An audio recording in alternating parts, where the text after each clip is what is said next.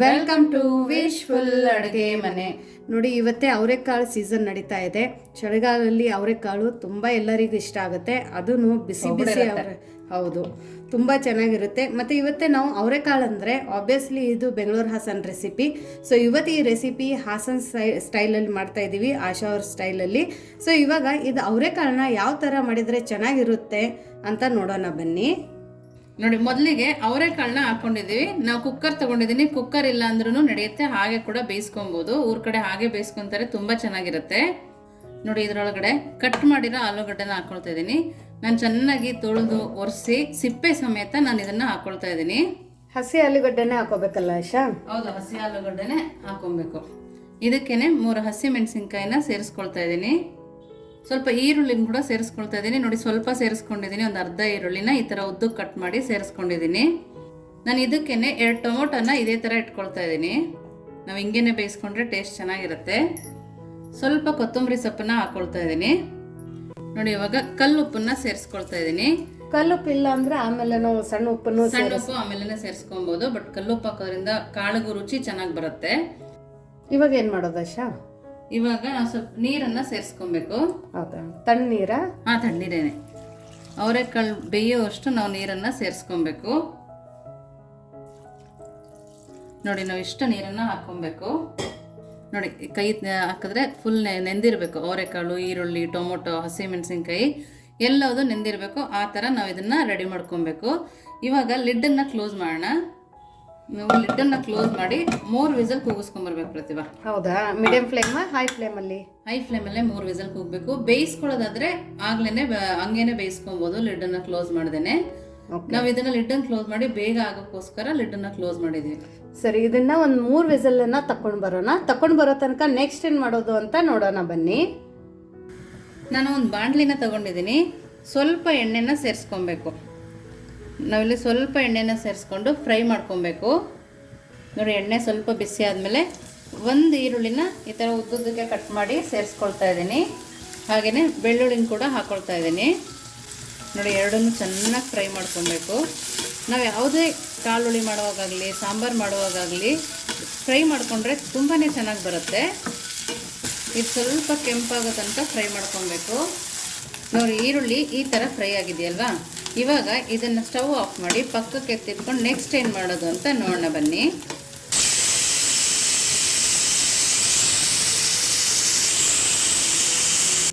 ನೋಡಿ, ಇವಾಗ ಸ್ಟವ್ ಕೂಡ ಆಫ್ ಮಾಡಿದ್ದೀನಿ.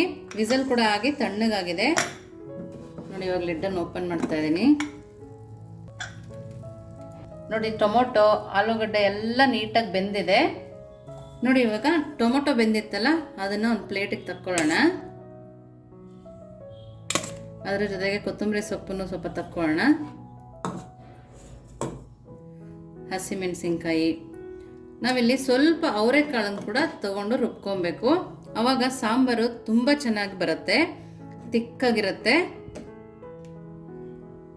ನಾನಿಲ್ಲಿ 2 ಸೌಟ್ ಆಗೋಷ್ಟು ಅವರೆಕಾಳನ್ನ ತಕ್ಕೊಂಡಿದ್ದೀನಿ. ನಾವು ಇವಾಗ ಇದಕ್ಕೇನೆ ಬದನೆಕಾಯಿನ ಕಟ್ ಮಾಡಿ ಹಾಕೊಬೇಕು. ನಾನು ಮೊದಲೇ ಕಟ್ ಮಾಡಿ ನೀರಲ್ಲಿ ಹಾಕಿಟ್ಕೊಂಡಿದ್ದೆ. ನಾವು ಬದನೆಕಾಯಿ ಕಟ್ ಮಾಡಿದ ತಕ್ಷಣ ನೀರಲ್ಲಿ ಹಾಕೊಬೇಕು, ಇಲ್ಲಾಂದರೆ ಕಪ್ಪು ಬರುತ್ತೆ. ನೋಡಿ, ಇವಾಗ ಇದನ್ನು ಹಾಕಿ ಒಂದು 10 ನಿಮಿಷ ಕುದಿಸ್ಕೊಬೇಕು. ಇದು ಕುದಿಸ್ಕೊಳ್ಳೋ ಅಷ್ಟರೊಳಗೆ ಮಸಾಲೆ ರುಬ್ಕೊಂಬರೋಣ. ನೋಡಿ, ನಾನು ಇವಾಗ ಒಂದು ಮಿಕ್ಸಿ ಜಾರನ್ನ ತೊಗೊಂಡಿದ್ದೀನಿ. ಸ್ವಲ್ಪ ಜೀರಿಗೆನ ಸೇರಿಸ್ಕೊಳ್ತಾ ಇದ್ದೀನಿ. ಒಂದು 2 ಸ್ಪೂನ್ ಆಗೋಷ್ಟು ಜೀರಿಗೆ ಇದೆ. ಇದಕ್ಕೇನೆ ನಾವು ಫ್ರೈ ಮಾಡ್ಕೊಬಂದ್ವಲ್ಲ ಈರುಳ್ಳಿ ಮತ್ತು ಬೆಳ್ಳುಳ್ಳಿ, ಅದನ್ನು ಸೇರಿಸ್ಕೊಳ್ತಾ ಇದ್ದೀನಿ. ತೆಂಗಿನಕಾಯಿ ಕೂಡ ಸೇರಿಸ್ಕೊಳ್ತಾ ಇದ್ದೀನಿ. ನಾವು ಹಾಸನವರಾಗಿರೋದ್ರಿಂದ ಹಸಿ ತೆಂಗಿನಕಾಯಿನೇ ಬಳಸ್ತಾ ಇದ್ದೀನಿ.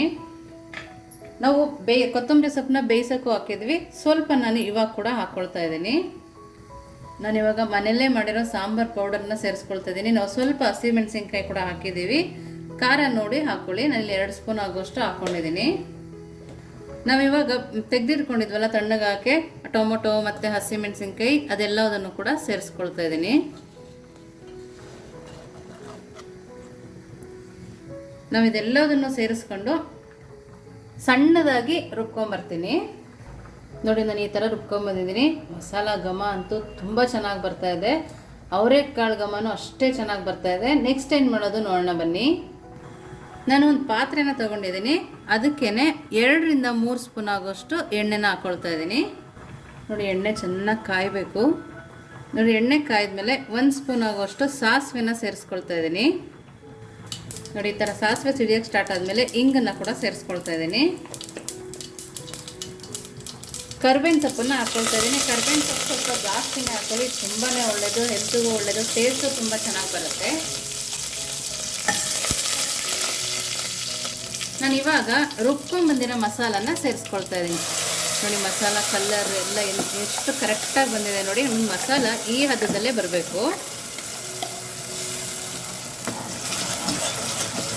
ನೋಡಿ ಈ ಥರ ಒಂದು ಸರಿ ಕೈ ಆಡಿಸ್ಕೊಳ್ಳೋಣ. ನಾನು ಫ್ಲೇಮ್ನ ಮೀಡಿಯಮ್ ಫ್ಲೇಮಲ್ಲೇ ಇಟ್ಕೊಂಡಿದ್ದೀನಿ. ಅದೇ ಮಿಕ್ಸಿ ಜಾರ್ಗೆ ಸ್ವಲ್ಪ ನೀರು ಹಾಕ್ಕೊಳ್ತಾ ಇದ್ದೀನಿ. ಮಸಾಲ ಕೂಡ ವೇಸ್ಟ್ ಆಗಲ್ಲ. ನೋಡಿ ಇವಾಗ ಇದನ್ನು ಚೆನ್ನಾಗಿ ಕುದಿಸ್ಕೊಬೇಕು. ನಾವು ಮೀಡಿಯಮ್ ಫ್ಲೇಮಲ್ಲೇ ಹದವಾಗಿ ಕುದಿಸ್ಕೊಬೇಕು. ನಾವು ಈರುಳ್ಳಿ ಎಲ್ಲ ಹುರಿದಿದ್ದೀವಲ್ಲ, ಹಸಿ ವಾಸನೆ ಎಲ್ಲ ಹೋಗಿರುತ್ತೆ. ಇದು ಸಾಮಾನ್ಯವಾಗಿ ಊರ ಕಡೆ ಮಾಡ್ತಾರೆ. ರಾಗಿ ಮುದ್ದೆಗಂತೂ ತುಂಬಾ ರುಚಿಯಾಗಿರುತ್ತೆ. ಒಂದು 5 ನಿಮಿಷ ಕುದಿಸ್ಕೊಂಡು ಬರೋಣ. ನೋಡಿ ಈ ಥರ ಕುದಿ ಬಂದಮೇಲೆ ನಾವು ಬೇಯಿಸ್ಕೊತಾ ಇದ್ವಲ್ಲ ಕಾಳು ಮತ್ತು ಬದನೆಕಾಯಿ, ಅವರೆಕಾಳು ಮತ್ತು ಬದನೆಕಾಯಿ, ಆಲೂಗಡ್ಡೆ, ಇದನ್ನು ಕೂಡ ಇವಾಗ ಸೇರಿಸ್ಕೊಳ್ತಾ ಇದ್ದೀನಿ. ನೋಡ್ತಾ ಇದ್ದೀರಲ್ಲ, ಕಲರ್ ಕೂಡ ಎಷ್ಟು ಚೆನ್ನಾಗಿ ಕಾಣಿಸ್ತಾ ಇದೆ.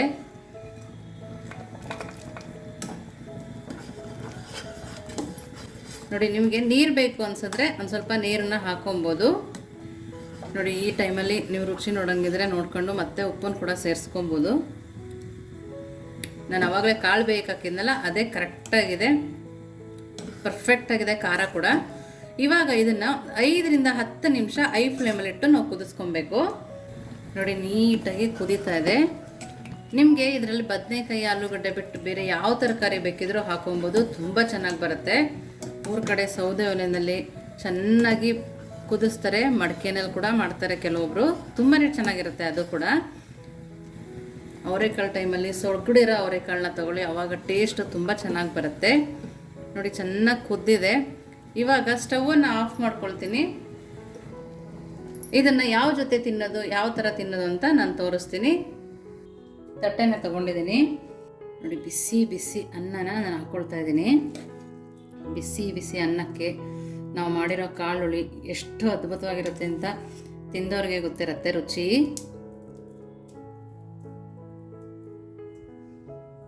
ನೋಡಿ ಕಾಳುಳಿ ಕೂಡ ನೋಡ್ತಾ ಇದ್ರಲ್ಲ ಎಷ್ಟು ಚೆನ್ನಾಗಿ ಕಾಣಿಸ್ತದೆ ಅಲ್ವಾ.